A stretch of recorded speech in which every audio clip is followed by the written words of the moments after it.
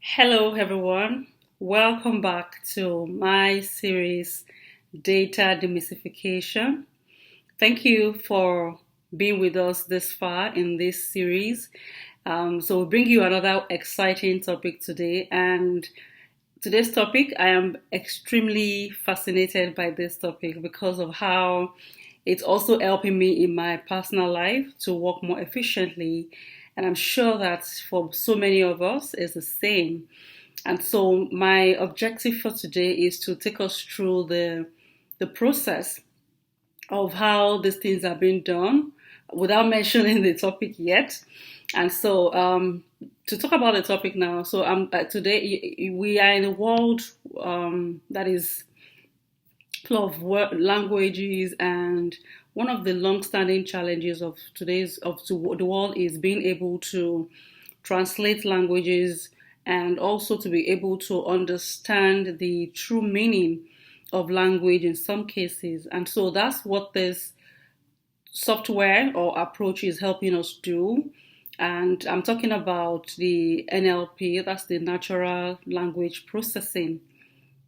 Also, if you have ever wondered how so many of the tools that we see out there, for example, the chatbot, the chat GPT, and so many of them are working. So the inner core of some of these things is what we intend to talk about today. So sit down, relax, and enjoy as I take you through the journey of NLP. And so in the NLP world, so the first thing that we need to understand is NLP works on contextual data. I repeat myself, contextual data. And so it's not a tool that can work on, for example, the quantitative data. So this is strictly for contextual data, that's like text data. And so the first step, that's all these are tools. The first thing that happens when how these tools work is first to pre-process the data. And when we talk about pre-processing data, we mean that we are going to remove all the spaces, the punctuations, the any other thing, and then also converting all the letters in the text, in the textual, in the document to lower cases, so that the computer is ready to read through or sift through this document. And so once we are able to complete that pre-processing, then the next thing that we do is to tokenize the text documents. And so when we talk about tokenizing, what we do essentially is to bag some of this text documents into smaller chunks that the computer is then able to understand. And so once we're able to break down the text into smaller chunks, using the tokenization method, then we introduce stop word removal. So what we mean by this is we try as much as possible to remove words or text that does not have specific meaning in the larger context of the document. For example, when you talk about the, or, and even some words that are not used frequently in the textual documents, so we try as much as possible to remove those things so that what we have left are words that have some contextual meaning that the computer would then be able to translate and things like that. So once we do the tokenization, which is like bagging the textual documents, then we introduce part of speech tagging. And so what do I mean by part of speech tagging? This is basically to the computer try as much as possible to understand or to break down this text into whether it's an adjective or it's a noun or it's a verb, just so that we understand the context or what exactly those words are doing within the sentences. And so once that is completed, then we also do something called name entity recognition. And so what that is to be able to, the computer also sifts through the textual document and try to profile the text into different things. For example, try to see if a word is some kind of place or a company, or what exactly does it represent in the document. Is it a name of a person? Is it a name of a company or a place and things like that? So the computer or the machine learning algorithms will profile the words or the textual documents into different part of speech, like that. So once this process is completed also, then we do something called lemmatization or stemming. What this is doing essentially is to be able to create a unified word for words that may come in multiple forms. For example, we know that word can come in different forms. We can have replace, replaced, replacement, replacing, and things like that. So the root meaning of this word is replace, and so it's coming in different forms because of the contextual meaning of whichever sentence that the word is being used with. And so what lemmatization or stemming will do is to be able to also use a single wear, or give it a single outfit for this particular word, so that we don't have it in the different forms, because using it as it is could mean that we are overfitting the word into machine learning, and that can come with some inaccurate outcome at the end of the day when we finish this process.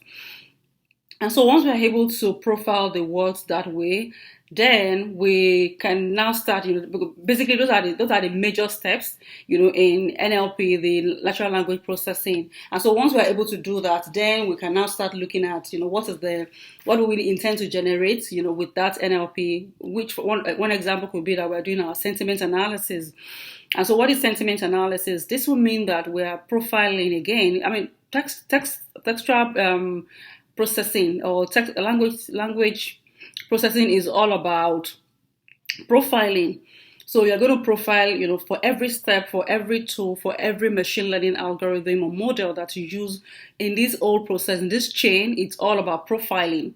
And so what we then do, with sentiment analysis is to profile the different text in that document into, what's context and what feel is that particular word within that document. Is it a positive sentiment? Is it a negative sentiment? Or is it a neutral sentiment? So basically just understanding the feel of that word within the language or the sentence that is being used. And so once we're able to profile like that, then I think we've gotten to a point where we can now start saying, okay, what exactly do we want to do in this situation? Are we trying to, for example, create some kind of text categories? And I'm going to use email, for example. So categorization could mean that in an email context, it could mean that we're profiling our emails into spam or non-spam emails. So once we're able to go through all those steps, and then we start doing the text categorization, what our machine learning models is going to do for us at that point is to profile whether a text is it's a spam or not a spam, and so many other things that we may intend to achieve in that situation. And so we can also do language translation at that point, because we've been able to reduce that document to the specific words, the words with true meaning in that text document. Then the translation will mean that each of those words are then picked and translated to whichever other language that we intend to translate it to. And so we have some specialized models that can help us do some translation, word translation or language translation into different languages, depending on the kind of language that we intend to translate to at that point. And so we can also do some kind of text generation. So at that point, because the document is already reduced to, like I said, a text generation could mean that we're also now creating some texts that are very similar in meaning to the remaining text, but then is a completely different text from the one that exists within our document. And so that's what you will see, for example, the ChatGPT or any other language processing, natural language processing tools does. And so that's the step. Those are the steps that we use. Those are the fundamentals of natural language processes, and those are the things that are being done at the background or the foundation of many of those tools that we have out there today that is helping us work more efficiently and changing the world as we know it. So, like I said, okay, so for these different steps, there are different tools that we apply to carry out these different things. For example, tokenization, which is the bagging of the text. We use tools such as Sparsy, or we use tools such as NL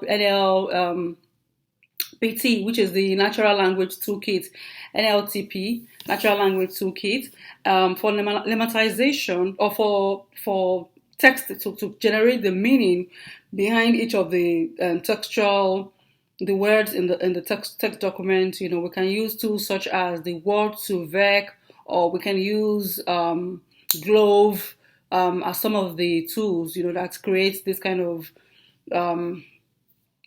that creates this for us. Then also for the sentiment analysis, we use text such as Word2Vec or Glove.